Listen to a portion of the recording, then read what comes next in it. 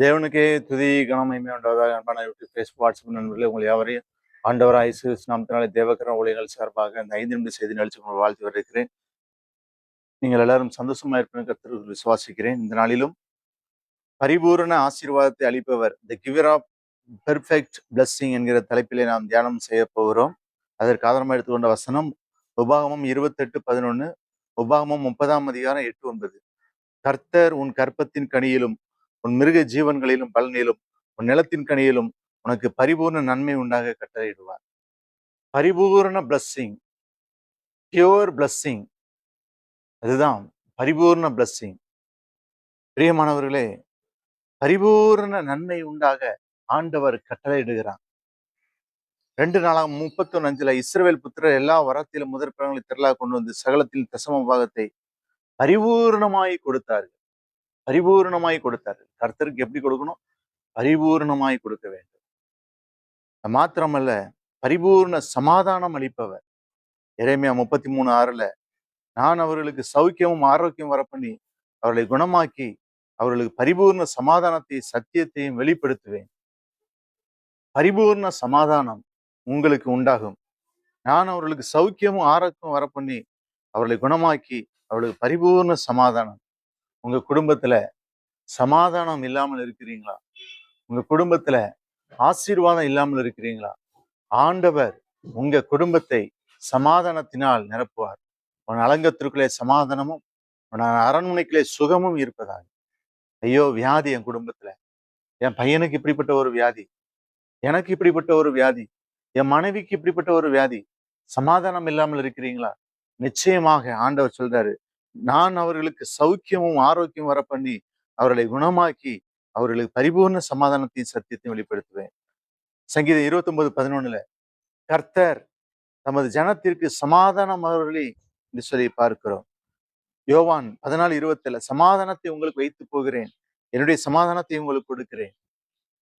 பிலிப்பியர் 4:6-7, தேவ சமாதான இருதயத்தை சிந்தை கிறிஸ்துவுக்குள்ளாக காத்துக்கொள்ளும் என்று சொல்லி பார்க்கிறோம். பரிபூர்ண ஆனந்தம் அளிப்பவர். சங்கீதம் 16:11, 2 கொரிந்தியர் 7:4, ஜீவ மார்க்கத்தை எனக்கு தெரியப்படுத்துவேன், உம்முடைய சமூகத்தில் பரிபூர்ண ஆனந்தமும் உம்முடைய வலது பரிசத்தில் நித்திய பேரின்பமும் உண்டு. உம்முடைய சமூகத்தில் பரிபூர்ண ஆனந்தம். பரிபூர்ண ஆனந்தத்தை ஆண்டவர் கொடுக்கிறார். பரிபூர்ண ஆனந்தம், மகிழ்ச்சி அவருடைய சமூகத்துல இருக்கிறது. ஆண்டோடைய சமூகத்தில் இருக்கிறது. சமாதானம் இருக்கிறது அவருடைய சமூகத்துல. பரிபூர்ண ஆனந்தம் இருக்கிறது. உங்க குடும்பத்தை ஆனந்தத்தினால் சமாதானத்தினால் நிரப்புவார். ஏசாயா 35:10, நித்திய மகிழ்ச்சி அவர்கள் தலையின் மேல் இருக்கும். உங்க வீட்டுல மகிழ்ச்சி இருக்கும். அது மாத்திரமல்ல, சங்கீதம் 30:11, என் புலம்பலை ஆனந்த களிப்பாய் மாற பண்ணினீர். ஆனந்தம் உண்டாகும். துக்கத்தை சந்தோஷமாக மாற்றுகிறவர். எரேமியா 33:31-13. மாத்திரமல்ல, பரிபூர்ண ஆசீர்வாதம் அளிப்பவர். முதலாவது பார்த்தோம், பரிபூர்ண நன்மையை அளிப்பவர். 2வது சமாதானம் அளிப்பவர், ஆனந்தம் அளிப்பவர், பரிபூர்ண ஆசீர்வாதம் அளிப்பவர். நீதிமொழிகள் 28:20, உண்மையுள்ள மனுஷன் பரிபூர்ண ஆசீர்வாதங்களை பெறுவார்.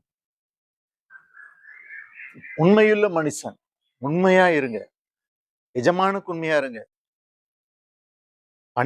பணி செய்கிற ஸ்தலத்துல உண்மையா இருங்க, ஊழியத்துல உண்மையா இருங்க, பண விஷயத்துல உண்மையா இருங்க. ஆண்டவர் பரிபூர்ண ஆசீர்வாதம் கட்டவர். உள்ள அங்கே வேதத்துல சொல்லப்பட்டிருக்கிறது. 5வதாக பரிபூர்ண கிருபை அளிப்பவர். 1 தீமோத்தேயு 1:14, நம்முடைய கர்த்தரின் கிருபை கிறிஸ்து இயேசுவின் மேல் விசுவாசத்தோடும் அன்போடும் கூட பரிபூர்ணமாய் பெருகிற்று. கர்த்தரின் கிருபை கிறிஸ்து இயேசுவின் மேல் விசுவாசத்தோடும் அன்போடும் கூட பரிபூர்ணமாய் பெருகிற்று என்று சொல்லி பார்க்கிறோம். அப்படிப்பட்ட மேலான அங்கே யோவான் 1:16 பரிபூரணத்தினால் கிருபையின் மேல் கிருபை பெற்றோம். ஆண்டுடைய கிருபை இல்லாம நம்மளால வாழ முடியாது. இதுவரை நம்மை கொண்டு வந்தது ஆண்டுடைய கிருபை.